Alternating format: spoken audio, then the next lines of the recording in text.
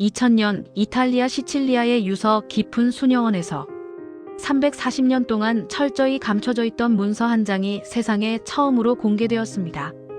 이 문서의 이름은 다름 아닌 악마의 편지였습니다.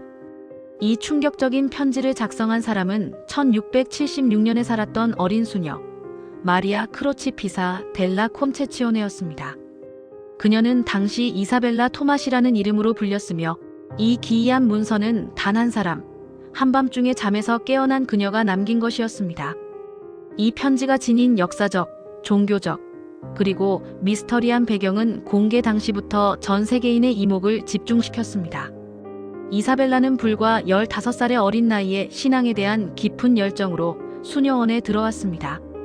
그녀는 본래 온순하고 차분하며 조용한 성격으로 알려져 있었습니다. 그러나 수녀원 생활을 시작한 지 얼마 되지 않아 이사벨라에게는 섬뜩하고 이해할 수 없는 변화가 찾아오기 시작했습니다. 그녀는 이유 없는 극심한 두통에 시달렸고 갑작스럽게 비명을 지르며 고통스러워하는 모습을 자주 보였습니다. 심지어 기도 중간에 의식을 잃고 쓰러져 실신하는 일이 반복되는 등 일상생활이 불가능할 정도로 건강이 악화되었습니다. 당시 수녀원 일지에는 그녀의 심상치 않은 상태에 대한 상세한 기록이 남아 있습니다. 일지에는 그녀는 종종 눈에 보이지 않는 무언가와 격렬하게 싸우는 듯 했고 잠들어 있을 때조차 고통스러운 표정을 지으며 알 수 없는 신음을 내뱉었다고 적혀 있습니다. 이러한 기록들은 당시 수녀원 사람들이 이사벨라의 상태를 얼마나 심각하고 두려운 존재로 받아들였는지를 생생하게 보여줍니다.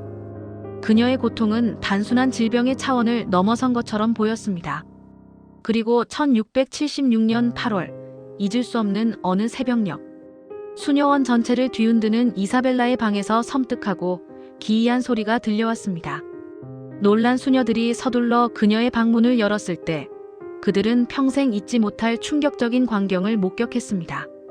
이사벨라는 탁자 앞에 앉아 온몸을 심하게 떨고 있었고 마치 강박적으로 무엇인가에 홀린 듯 빠르게 종이 위에 글씨를 쓰고 있었습니다. 그녀의 눈은 크게 떠 있었지만 초점을 잃은 채 멍한 상태였고 손은 마치 보이지 않는 어떤 힘에 이끌리듯이 정체불명의 문자들을 종이 위에 마구 쏟아내고 있었습니다. 그 모습은 마치 영혼이 육체를 떠나 다른 존재에게 지배당하는 듯한 인상을 주었습니다. 결국 이사벨라는 모든 기력을 소진한 듯 정신을 잃고 쓰러졌고 그 자리에 남겨진 것은 탁자 위에 놓인 단 한 통의 편지였습니다. 편지는 알 수 없는 문자들로 가득한 종이 한 장이었습니다. 이 글자들은 당시 유럽에서 사용되던 라틴어나 그리스어는 물론 시칠리아 지역에서 쓰이던 어떤 문체와도 전혀 일치하지 않았습니다. 그것은 그야말로 미지의 언어, 인류에게 알려지지 않은 신비로운 문자들의 조합처럼 보였습니다.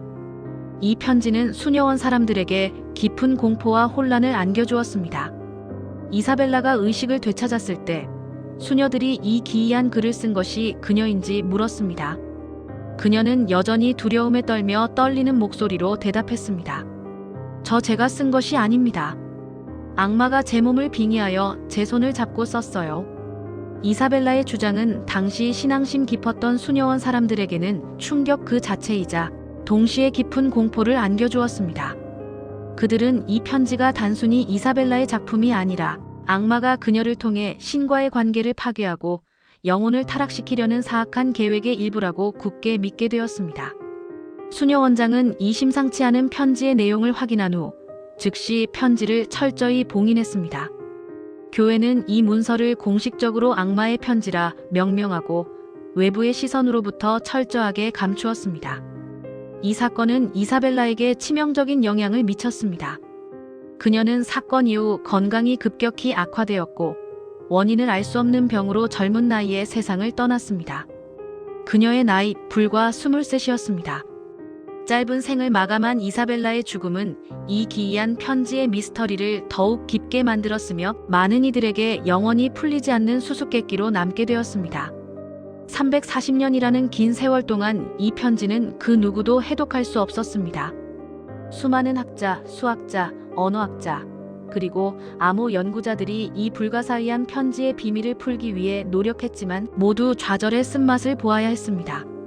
심지어 1960년대에는 한 수도원에서 편지를 해독하는 사람에게 한 달간의 휴가를 제공하겠다는 파격적인 제안을 내놓을 정도로 그 미스터리에 대한 갈증은 컸습니다. 그러나 그 어떤 노력도 이 편지의 진정한 의미를 밝혀내지 못했습니다. 많은 연구자들은 이 문서가 인간이 만든 언어가 아니다라고 결론 내리거나 혹은 이사벨라가 수녀원 생활 속에서 우연히 접한 여러 언어의 조각들을 무의식적으로 섞어 만든 개인 암호일 것이라고 추측했습니다. 일부에서는 그녀가 심각한 정신분열증을 앓았을 가능성을 제기하기도 했으나 이 또한 명확한 증거 없이 단순한 추측에 불과했습니다. 이 편지는 오랜 세월 동안 풀리지 않는 인류의 난제로 남아 있었습니다. 그러던 2017년 이탈리아 카타니아에 위치한 루둠 과학센터 연구팀이 이 해묵은 수수께끼에 새로운 도전을 감행했습니다. 그들은 딥웹에서 어렵게 발견한 첨단 암호 해독 프로그램을 활용하여 수백 년 동안 철저히 봉인되어 있던 이 악마의 편지를 AI 기반 암호 해독 시스템에 입력하기 시작했습니다. 이 프로그램은 정보기관에서 국가기밀 메시지를 해독하는 데 사용하는 것과 유사한 최첨단 기술을 활용하는 것으로 알려져 더욱 큰 기대를 모았습니다. AI는 먼저 문서 속에 담긴 문자들의 형태와 배열, 그리고 반복되는 패턴들을 정밀하게 분석했습니다. 그리고 분석 결과는 모두를 경악하게 만들 만큼 놀라웠습니다. 편지에 쓰인 문자는 단순한 하나의 언어가 아니었습니다. 고대 게르만 룸 문자, 고대 히브리어, 고대 그리스어, 그리고 중동 지역에서 사용되던 아람어시리아어 계열뿐만 아니라 심지어 알려지지 않은 소수 부족, 언어에서 따온 기호 조각들까지 이 복잡한 편지 속에 뒤섞여 있었습니다. 즉, 그 편지는 어떤 하나의 언어로 쓰인 것이 아니라 인류 역사상 존재했던 다양한 고대 문자들을 절묘하게 조합하여 만든 복합 암호 구조를 가지고 있었던 것입니다. 이것은 단순한 문자들의 나열이 아닌 고도의 지능적인 암호 체계임을 시사했습니다. 루둠 과학센터 연구팀은 이 AI 시스템을 통해 편지의 약 70% 해독에 성공했다고 전 세계에 발표했습니다. 그리고 그 해독된 내용 속에서 드러나는 문장들은 가히 충격적이라고밖에 말할 수 없었습니다. AI가 번역한 문장은 이렇게 시작되었습니다. 신은 인간에 의해 만들어졌다. 이 문장은 17세기 유럽 사회의 기독교적 세계관을 정면으로 부정하는 내용으로 당시의 종교적 관념으로서는 상상조차 할 수 없는 발언이었습니다. 이어서 신은 인간을 자유롭게 한다고 믿지만 그 시스템은 누구에게도 진정한 이득이 되지 않는다는 문장이 해독되었습니다. 이는 신의 존재와 인간의 자유, 그리고 종교 시스템의 본질에 대한 근본적인 의문을 제기하는 듯 했습니다. 그리고 마지막으로 그리스 신화 속 스틱스 강은 실제로 존재한다는 구절이 번역되었습니다. 이 구절은 고대 신화적 요소와 종교적 믿음을 뒤섞는 듯한 섬뜩한 내용을 담고 있었으며 당시 사람들에게는 더욱 혼란과 공포를 안겨주었을 것입니다. 17세기의 한 어린 수녀가 적었다고 보기에는 너무나도 충격적이고 당시의 사회 질서를 위협할 만큼 위험한 내용들이었습니다. 당시 유럽 사회에서 신은 인간이 만든 것이다라는 말은 단순히 이단을 넘어 중죄로 취급되었습니다. 만약 이런 파격적인 주장이 한 수녀의 입에서 나왔다면 이는 수녀원 전체를 해체시키고 관련자들을 파문할 수도 있는 심각한 사안이었습니다. 이 때문에 일부 연구자들은 수녀원과 교회가 이 편지의 내용을 인지하고 있었으며 그 파급 효과를 우려하여 이 편지를 극도로 조심스럽게 다루고 340년이라는 긴 세월 동안 철저히 외부에 공개하지 않았다고 보고 있습니다. 편지의 내용이 불러올 종교적, 사회적 혼란을 염려했던 것입니다. 하지만 여기서 또 하나의 풀리지 않는 미스터리가 남습니다. 과연 이사벨라는 이런 복잡한 고대 언어들을 모두 알고 있었을까요? 수녀원 기록에 따르면 그녀는 일상적인 라틴어를 제외한 다른 언어에는 능통하지 않았다고 명시되어 있습니다. 더군다나 고대 게르만 문자나 아람어처럼 당시 시칠리아에서는 전혀 접하기 힘든 문자들은 그녀가 평생 동안 접할 수 없었을 언어였습니다. 한 젊은 수녀가 수녀원이라는 극도로 제한된 공간에서 어떻게 이토록 다양한 고대 언어들을 익히고 그것들을 절묘하게 조합하여 복잡한 암호를 만들어낼 수 있었을까요? 이 부분은 여전히 명확하게 설명되지 않으며 편지의 미스터리를 더욱 증폭시키는 핵심적인 요소입니다. 그렇다면 이 편지는 이사벨라의 깊은 무의식이 만들어낸 언어적 혼합체였을까요? 아니면 그녀가 주장했던 것처럼 악마라고 불린 어떤 초자연적인 존재가 정말로 그녀의 손을 움직여 그 내용을 기록하게 했던 것일까요? 현대 정신의학자들은 이 현상을 자동기술이라는 개념으로 설명할 수 있다고 주장합니다. 자동기술은 강한 심리적 스트레스나 극심한 종교적 공포 속에서 인간의 무의식이 자율적으로 손을 움직여 글을 쓰게 만드는 현상을 의미합니다. 하지만 단순한 자동기술이 여러 고대 언어의 문자, 조합을 이렇게 정교하게 만들어낼 수 있는지는 여전히 의문으로 남아 있습니다. 이사벨라의 정신 상태만으로 이토록 복잡하고 의미심장한 암호가 생성될 수 있었을까요? 일부 언어학자들은 이 편지가 단순히 무의식의 발현이 아니라 의도적으로 고도로 설계된 암호 체계라고 보고 있습니다. 그러나 만약 그렇다면 도대체 누가, 그리고 왜 수녀원이라는 폐쇄된 공간 안에서 이토록 복잡한 복합 암호를 만들 이유가 있었을까요? 이사벨라 외에 이 암호를 만들고 해독할 수 있는 다른 인물이 수녀원 내부에 존재했던 것일까요? 이 역시 풀리지 않는 의문으로 남아 있습니다. 더욱이 AI는 편지의 나머지 30%에 해당하는 부분은 현재 기술로는 해독 불가능하다고 최종 결론 내렸습니다.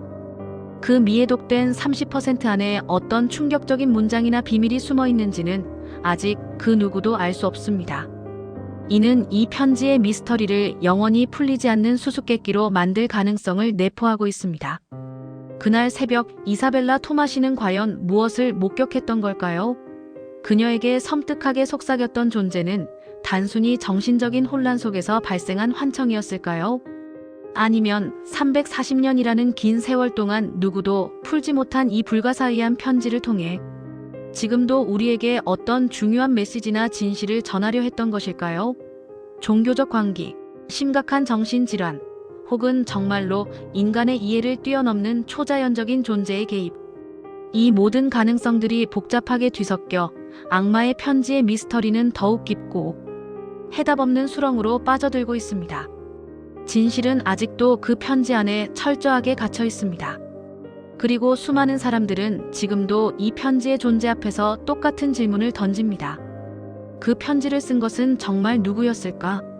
악마의 편지는 종교, 정신질환, 그리고 인간의 믿음에 대한 근본적이고 복합적인 질문을 던져주는 흥미로운 역사적 사례로 남아 있습니다.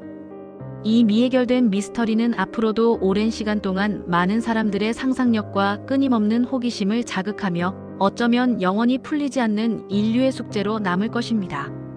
이 편지는 단순히 종이 위에 쓰인 글자가 아니라 인간 존재의 깊은 내면과 신비로운 외부 세계를 연결하는 하나의 통로처럼 느껴집니다.